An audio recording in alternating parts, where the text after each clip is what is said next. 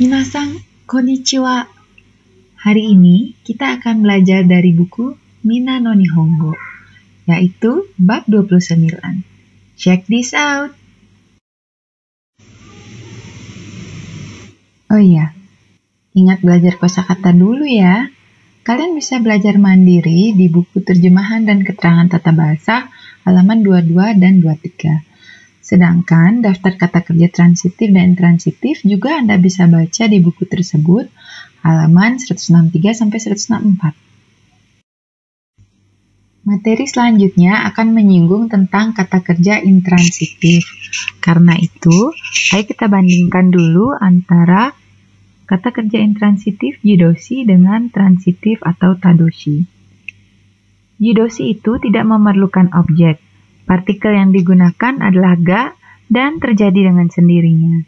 Sedangkan tadoshi memerlukan objek penderita, partikel yang digunakan adalah o dan ada pihak lain yang menyebabkan kejadian tersebut.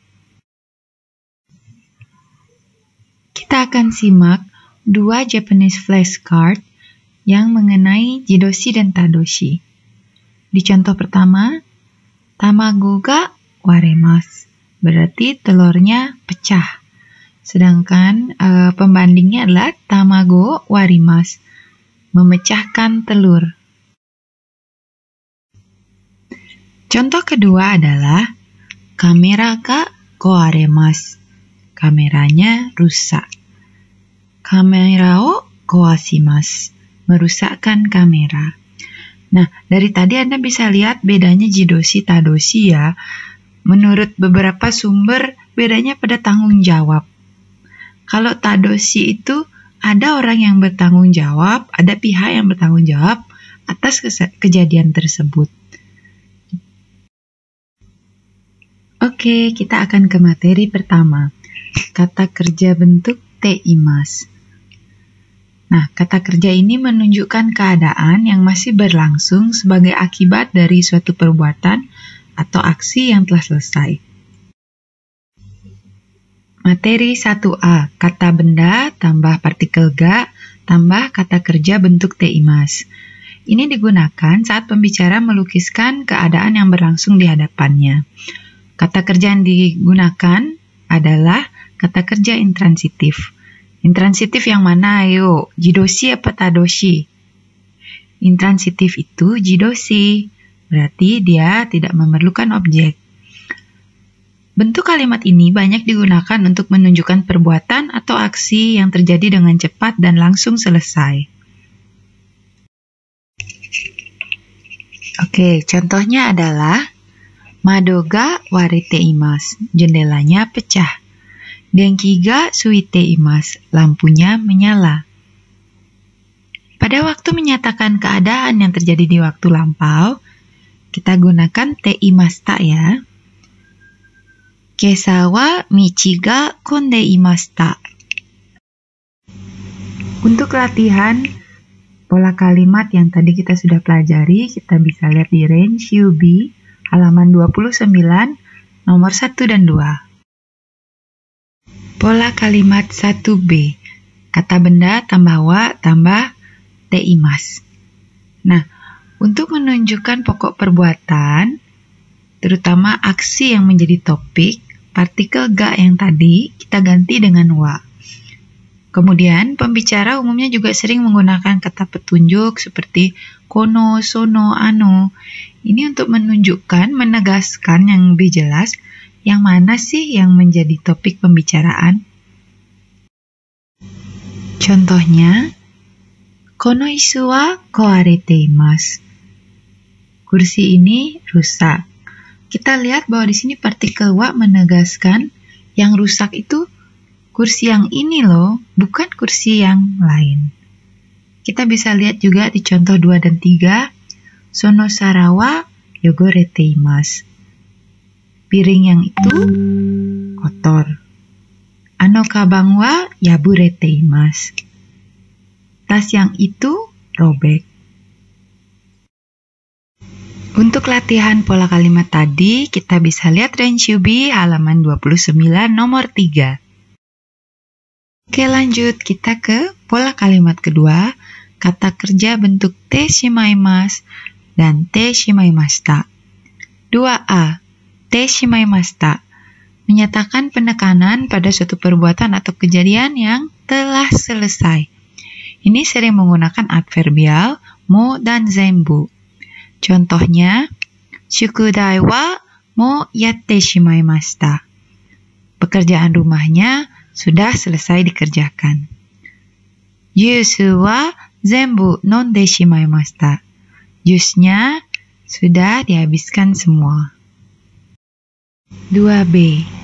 Te shimaimasu digunakan untuk menyatakan suatu perbuatan yang akan selesai pada waktu yang akan datang. Contohnya gimana? Ashita made ni reporto o kaite shimaimasu. Saya akan menyelesaikan menulis laporan ini pada esok hari. Untuk latihan pola kalimat di atas, kita bisa kerjakan Renshubi halaman 30 nomor 4. Pola kalimat ketiga, kata kerja bentuk te shimaimashita. Ini merupakan ungkapan untuk menyatakan suatu kebingungan atau penyesalan pembicara dalam situasi yang sulit. Contohnya, Pasuporto o nakushite shimaimashita. Saya kehilangan paspor saya. Densha ni kabang o wasurete shimaimashita. Saya ketinggalan tas saya di kereta. Supa de saifu o otoshite shimaimashita. Saya menjatuhkan dompet saya di supermarket.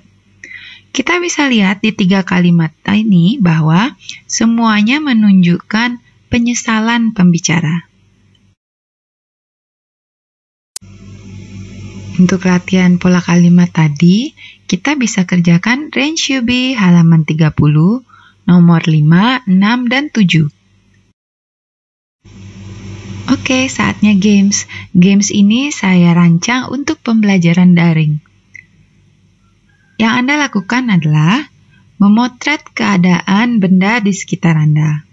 Kemudian, silakan kirimkan foto tersebut ke grup chat dengan disertai caption dalam bahasa Jepang mengenai keadaan benda tersebut sesuai dengan pola kalimat 1, 2, 3 yang telah kita pelajari. Contohnya, Anda kirim gambar seperti ini atau foto seperti ini dengan caption Doa ga aiteimasu. Pintunya terbuka. Pola kalimat 4, arimashita. Ini mengindikasikan bahwa pembicara telah menemukan sesuatu. Contohnya, kabang ga arimashita yo. Ini artinya bukan di situ sebelumnya ada tas, tapi saya telah menemukan tasnya loh. Yang terakhir, pola kalimat 5, dokoka de dan dokoka ni. Keduanya artinya kurang lebih di suatu tempat atau entah di mana. Kalau kita ingat-ingat bab 13, di situ dijelaskan bahwa kita dapat menghilangkan e dalam dokokae dan juga o dalam nanikao. Akan tetapi di sini kita tidak bisa menghilangkan de dalam dokokade dan ni dalam dokokani. Contoh penggunaan